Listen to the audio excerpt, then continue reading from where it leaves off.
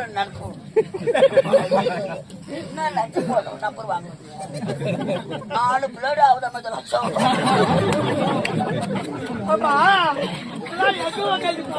எல்லாம் கதை நடக்குதாங்க.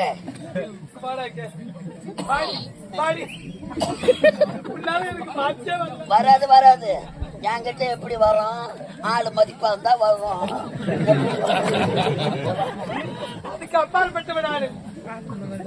தெரியும் தெரியும்.